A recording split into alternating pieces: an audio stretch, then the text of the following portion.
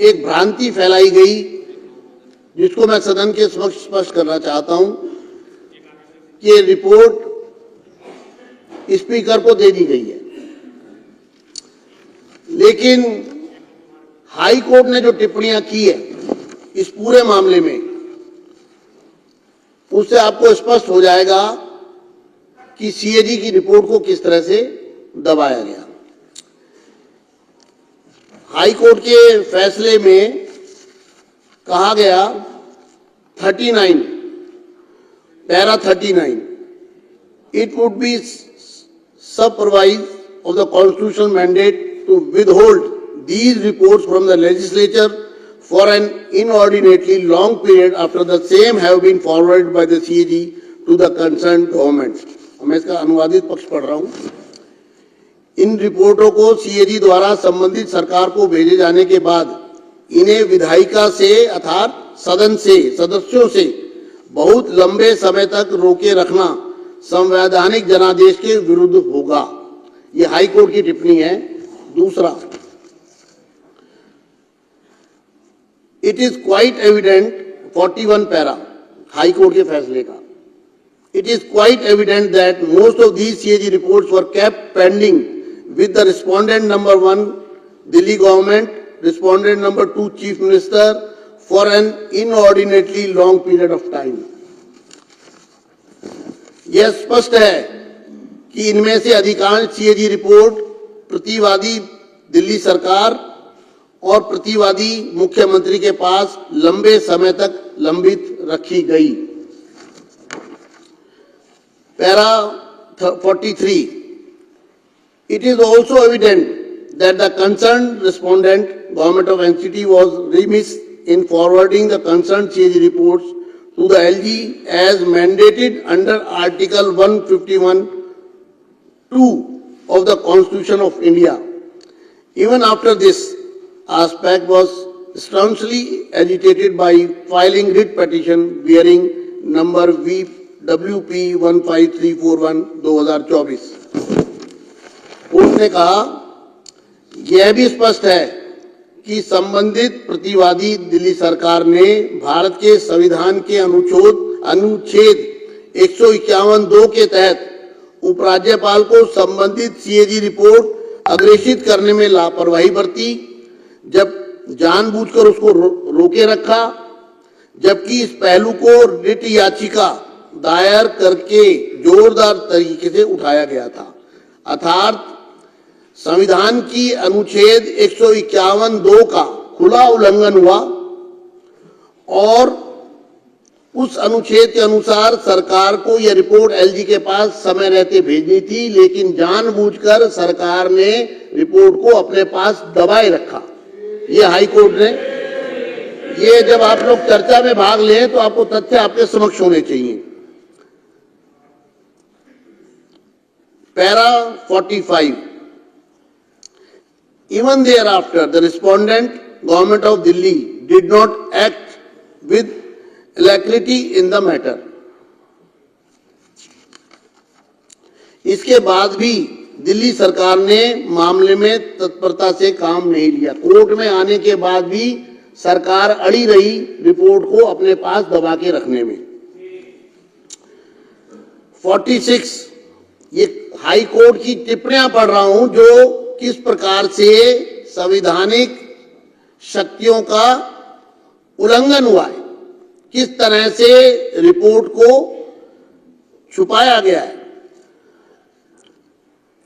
46, it is quite evident there has been an inordinate delay on the part of the respondent Government of Delhi in taking requisite steps for laying the CAG reports before the Legislative Assembly. The sequence of events and the timeliness reveal a disdainful disregard by the Government of Delhi of its constitutional obligation। यह बिल्कुल स्पष्ट है, high court कहता है यह बिल्कुल स्पष्ट है कि प्रतिवादियों दिल्ली सरकार की ओर से विधानसभा के समक्ष सीएजी रिपोर्ट रखने के लिए अपेक्षित कदम उठाने में अत्यधिक देरी की गई। घटनाओं का क्रम और समयबद्धता प्रतिवादियों राष्ट्रीय राजधानी क्षेत्र दिल्ली सरकार द्वारा अपने संवैधानिक दायित्वों के प्रति तिरस्कारपूर्ण उपेक्षा को दर्शाते हैं। अर्थात दिल्ली सरकार ने संवैधानिक दायित्वों का तिरस्कार किया, ये हाई कोर्ट की टिप्पणी में कहा गया रिपोर्ट को पेश ना करके।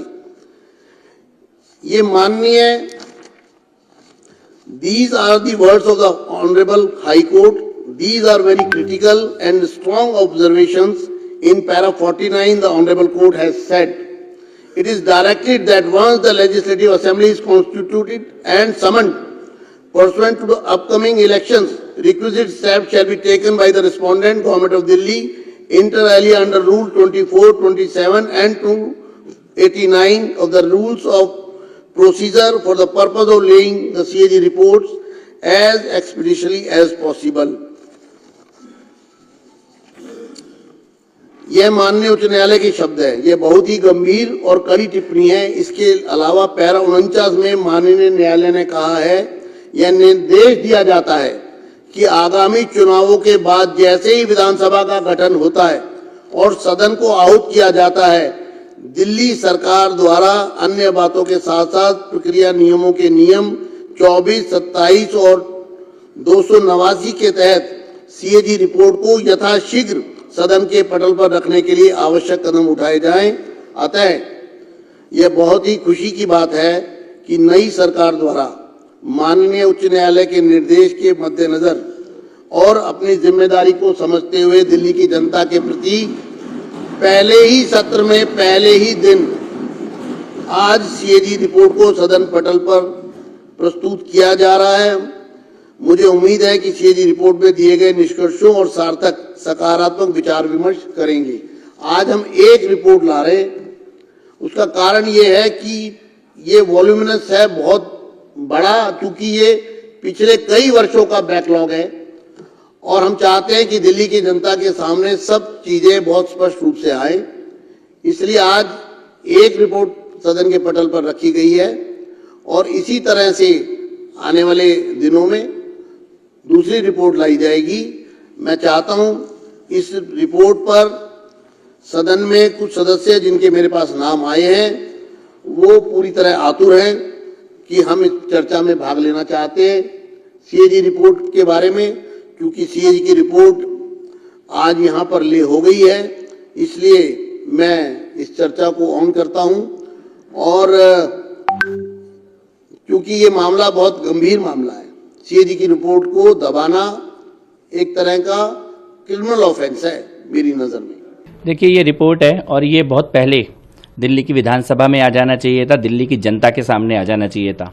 केजरीवाल और उनके लोगों ने इस रिपोर्ट को दबा के रखा, छिपा के रखा, लेकिन संकल्प लिया था हमारी मुख्यमंत्री महोदया ने, श्रीमती रेखा गुप्ता जी ने। उन्होंने संकल्प के साथ विधानसभा पहले ही सत्र में इस रिपोर्ट को आज टेबल किया है। मैं उनका धन्यवाद देना चाहता हूं। दिल्ली की जनता को ये सच्चाई विधानसभा के माध्यम से पता लगेगी किस प्रकार से कोरोना के काल में जब दिल्ली में लोगों को दवाओं की ज़रूरत थी, इलाज की ज़रूरत थी, ऑक्सीजन की ज़रूरत थी, तब अरविंद केजरीवाल और मनीष सिसोदिया ने शराब के ठेके खुलवाए, शराब की नीति बदली और अपने लोगों का एक तरह से कार्टेल बना के 2000 करोड़ रुपए का घोटाला किया है।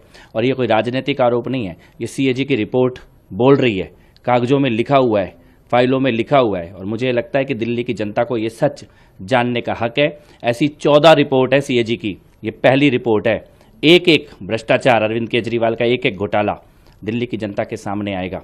और मुझे ये लगता है कि अभी जनता की अदालत में न्याय हुआ है, अभी कानून की अदालत में न्याय होना बाकी है। आगे आप लोग कैसे इसकी इंक्वायरी करवाएंगे और कैसे लोगों के बीच में ले जाएंगे इस रिपोर्ट को? देखिए, अभी तो ये विधानसभा में आई है, विधानसभा में अब इस पर चर्चा शुरू होगी।